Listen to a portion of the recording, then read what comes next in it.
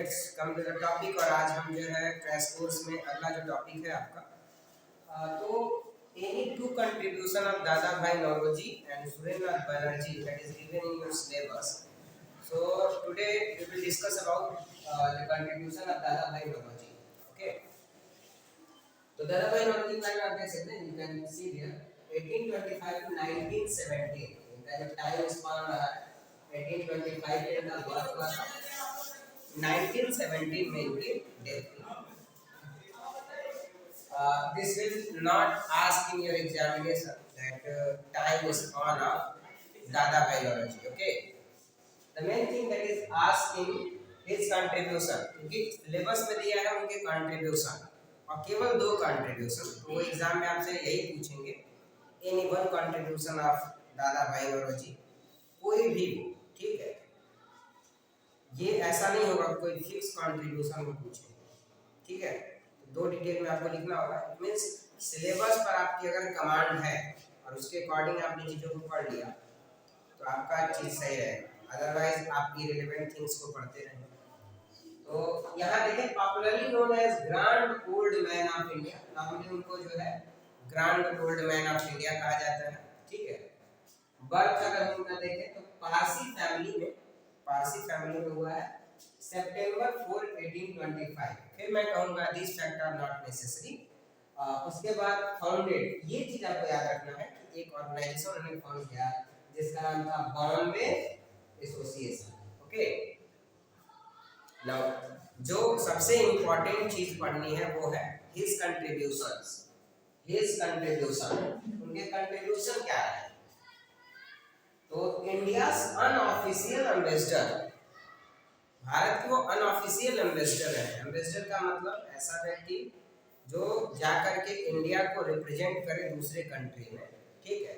हिंदी में उसको राजदूत कहते हैं, ठीक है। तो you can clearly see he was the India's unofficial ambassador. It means he is representing India in foreign countries, और उस समय फॉरेन का मतलब क्या था? England. Okay, 1865 found London India society. 1865 में उन्होंने लंदन इंडिया सोसाइटी फाउंड किया। ये आपको याद रखना होगा। If they will ask the question any one contribution of Dadabhai Naoroji, तो what you will say in 1865 he found London India Society in collaboration with WC Banerjee, ठीक है। व्योमेश चंद्र बनर्जी के साथ कोलैबोरेशन करके और उन्होंने क्या फाउंड किया? London India Society. तो London India Society was found by the Dadabhai Naoroji with the collaboration of WC Banerjee. Okay, second अगर हम बात करें, he was the first Indian to become the member of British House of Commons in England. You can see that, आप देख सकते हैं कि India में एक राज्यसभा है और लोकसभा है। लोकसभा इज लोअर पार्लियामेंट, ठीक है, और राज्यसभा अपर पार्लियामेंट का पार्ट है, ठीक है। वैसे ही ब्रिटेन में एक है हाउस ऑफ लॉर्ड्स, दूसरी है हाउस ऑफ कॉमन्स, ठीक है। तो हाउस ऑफ कॉमन्स जो है वो रिप्रेजेंटेटिव्स होते हैं डायरेक्ट पब्लिक के, तो उसके मेंबर बन गए थे कौन? दादा भाई नौरोजी। ओके, तो Dadabhai Naoroji was the first Indian to become the member of British House of Commons. बहुत बड़ी बात थी कि ब्रिटेन की संसद में जाके वहां का मेंबर बना। जैसे आजकल ब्रिटेन के प्राइम मिनिस्टर ही कोई इंडिया मूल के व्यक्ति बने हैं, लेकिन वहां पर वो उस समय ब्रिटेन के पार्लियामेंट में हाउस ऑफ कॉमन्स के सदस्य बन जाना बहुत बड़ी बात थी, तो उसके मेंबर बन गए। अब इसका फायदा क्या हुआ? इंडिया को इसका फायदा क्या हुआ? इन 1893, dates are not important for you, ठीक है। In 1893 House of Commons passed a resolution। House of Commons ने एक रेजोल्यूशन पास किया, या ये कह सकते हैं कि हाउस ऑफ कॉमन्स में प्राइवेट बिल लेके आए होंगे दादा भाई नौरोजी, ठीक है। तो उस बिल को देखने के बाद एक रेजोल्यूशन आया। वो रेजोल्यूशन क्या था? In favour of holding the imperial civil services examination in England and India simultaneously। कि जो आईसीएस के एग्जाम सिर्फ इंग्लैंड में हो रहे हैं वो साइमल्टेनियसली, यानी कि एक बार इंग्लैंड में होंगे और एक बार इंडिया में होंगे, so that participation of Indians will increase in the ICS examination. Okay, तो अगर आईसीएस में इंडियंस का पार्टिसिपेशन बढ़ेगा तो इससे इंडिया को क्या होगा, इंडियन एडमिनिस्ट्रेशन सिस्टम में इंडियंस का पार्टिसिपेशन बढ़ने से कहीं ना कहीं इंडियंस के लिए लोगों का रोल बढ़ेगा।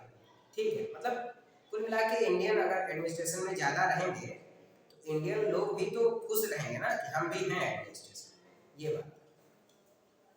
तो इस बात को याद रखना है कि इंपीरियल सिविल सर्विसेज साइमल्टेनियसली जो है इंग्लैंड और इंडिया में 1893 से स्टार्ट हुई और because of the Dadabhai Naoroji. तो दादा भाई नौरोजी का एक कंट्रीब्यूशन है कि नहीं, they are asking about two contribution. तो फर्स्ट आप कह सकते हैं he was the India's unofficial ambassador, और unofficial ambassador के फॉर्म में क्या कर रहे थे, he was the first member of British House of Commons, और because of his practices there is a resolution passed in House of Commons that was favor of holding the imperial services examination in England and India simultaneously। okay, अगला उनका role क्या रहा, अगर हम देखें दूसरा contribution क्या था दादा भाई नौरोजी का, expose the economic ills of India. India को किस तरीके से इकोनॉमिकली वीक बनाया जा रहा है, इस चीज को उन्होंने क्या किया, ओपन किया या बताया। कैसे बताया, उन्होंने एक बुक लिखी, उस बुक का नाम था poverty and un British rule in India. जिस बुक का नाम था poverty and un British rule in India. इस बुक का नाम आप नाम रखिएगा और जब आप आंसर लिखिएगा तो इस बुक का नाम लिख करके और उसको अंडरलाइन करें, poverty and un British rule in India, उसको अंडरलाइन करके फिर आगे उसमें आप लिखोगे कि he gave in the book famous drain theory, drain of wealth theory उसको कहते हैं। उन्होंने ये बताया कि कैसे ब्रिटिशर्स इंडिया का जो वेल्थ है उसको क्या कर रहे हैं, इंडिया से बाहर लेकर के जा रहे हैं। कैसे, ऐसे कि आप इसको समझिए कि पहले इंडिया में अपनी इंडस्ट्री थी, ठीक है, लेकिन ब्रिटिशर्स ने इंडस्ट्रियलाइजेशन के बाद क्या किया, इंडियन लोगों से टैक्स लेना शुरू किया। ठीक, उसी टैक्स के पैसे से इंडियन लोगों के एग्रीकल्चरल लैंड के टैक्स का पैसा ले रहे हैं, उस टैक्स के पैसे से इंडियन लोगों से ही रॉ मटेरियल कॉटन खरीद रहे हैं, फिर उस रॉ मटेरियल को ब्रिटेन में ले जा करके फर्निश्ड गुड्स में बना रहे हैं, ठीक है, कपड़ा बना रहे हैं और उस कपड़े को ला करके इंडियन मार्केट में सेल कर रहे हैं। ठीक, हमारा ही पैसा हमसे टैक्स के रूप में लिया, हमारा ही रॉ मटेरियल हमसे ही हमारे ही पैसे से खरीद लिया, ठीक है, और फिर हमारी ही रॉ मटेरियल को ले जाके अपने यहाँ बना करके ले आके हमें ही बेच दिया।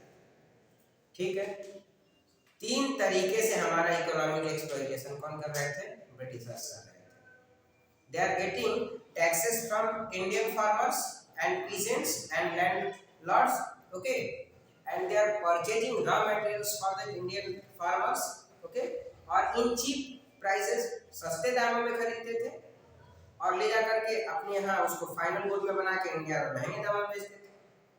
और इसके बाद क्या हुआ कि जब वो इंडिया में फर्निश गुड को ले करके सेल करना शुरू किए तो इंडियन जो सामान थे, ठीक है, इंडियन जो कपड़े थे, इंडियन जो फैब्रिक या टेक्सटाइल मतलब इंडस्ट्रीज थी, उस पर उन्होंने क्या किया ना, हैवी टैक्सेस लगा दिए। इंडिया के सामान ब्रिटेन जाके बिकते थे कपड़े, लेकिन जब उस पर हैवी टैक्स लगा देंगे तो क्या इंडिया का किसी भी तरीके का कॉटन जाके ब्रिटेन में बिक पाएगा, नहीं बिक पाएगा।